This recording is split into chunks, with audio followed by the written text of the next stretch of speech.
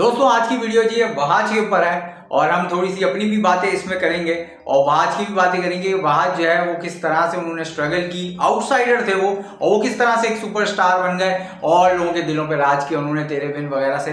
देखो Indian industry में nepotism तो होता ही होता है, पर पाकिस्तान में कुछ ज़्यादा होता है क्योंकि यहाँ पे वैसी कम इंडस्ट्री में लोग होते हैं, पर जो होते हैं वो अपने चाचा मामा वगैरह को प्रमोट करने लग जाते हैं। यूट्यूब में भी यही हिसाब है, पर यूट्यूब पे यही है कि यूट्यूब हर एक का जागीर है, हर कोई बना सकता है और उसमें अगर नेपोटिज्म चलता है तो हम उसको ये नहीं बोल सकते कि नेपोटिज्म है, क्योंकि ये तो फ्री एक प्लेटफॉर्म है।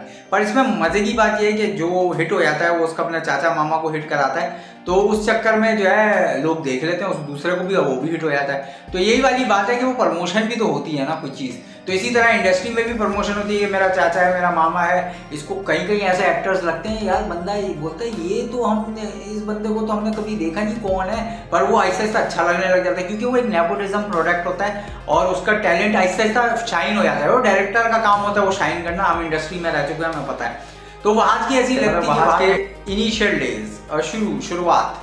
तो वहाज जो है वो 1 दिसंबर 1988 को पैदा हुए। इन्होंने जर्नलिज्म में पढ़ाई की और इनका जो है एक तरह से मतलब एक चांस, लक और टैलेंट साथ दोनों चल गए।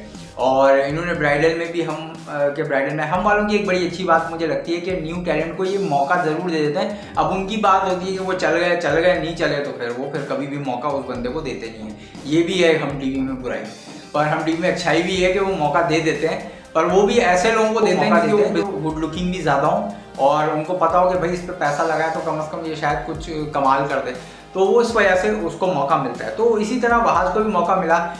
इश्क इबादत ड्रामे का नाम था, अनम फयाज के साथ आए थे और उस वक्त जो है क्या कहते हैं मुर्तज़ा खान की तरह शॉल भी लेते थे, पर वैसे नहीं, पर्सनैलिटी नहीं थी उस वक्त क्योंकि यंग थे बच्चे टाइप। और अगर आप ब्राइडल में भी देखें तो वो यंग आए थे। ब्राइडल में एक तस्वीर उनकी बड़ी वायरल है अपने दोस्त के साथ खड़े हुए, और इस ब्राइडल में तो मैं भी गया हुआ था, पर जाहिर सी बात है उस वक्त ना तो वहाज को हम जानते थे कि हम उसके जाके सेल्फियाँ वगैरह खिंचाएं ना, वो तो मैं अपने कामों में अलग बिजी था, वो अलग बिजी था वहाज।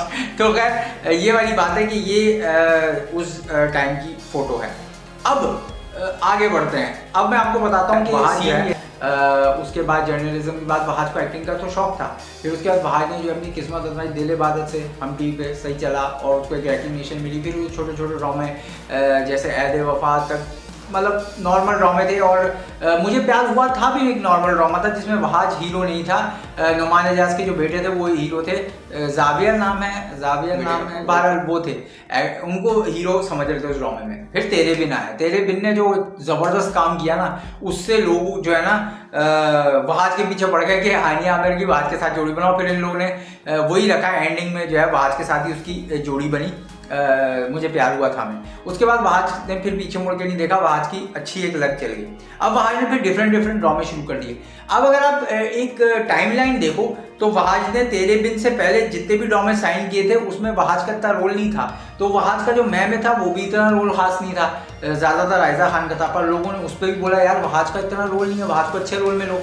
फिर ये लोग ने एक टेक्निक चली और मुझे ऐसा लगता है कि इंडस्ट्री, मैं किसी पे इल्ज़ाम नहीं लगा रहा, पर इंडस्ट्री का मुझे पता है कि ज़्यादातर इंडस्ट्री के लोग ऐसे होते हैं जो वो देखते हैं कि यार हम इस बंदे को नहीं चाह रहे थे हिट होना, ये कैसे हिट हो गया, अब ये हिट हो गया तो लोगों की डिमांड तो है, तो उसको मौके देते रहो पर साथ में अपना जूता भी चमकाते रहो। तो वही वाला सीन हुआ कि वहाज को मौके तो मिले, अब मिल रहे हैं और वहाज को सिर्फ इस्तेमाल किया जा रहा है और बाकी दूसरे किरदारों को आगे लाया जा रहा है जो उनके रिश्तेदार वगैरह। खैर मैंने अभी तक जितने भी स्टार्स वगैरह की डिटेल्स चेक की तो उसमें सबका पता है कि इनमें से काफ़ी लोग आउटसाइडर हैं। हैरानीकुन बात यह है कि सबसे बड़ी बात यह है कि वो हैंडसम या खूबसूरत बहुत है जिसकी वजह से उनको चांस मिल गया, अदरवाइज इंडस्ट्री में आगे आने नहीं देते।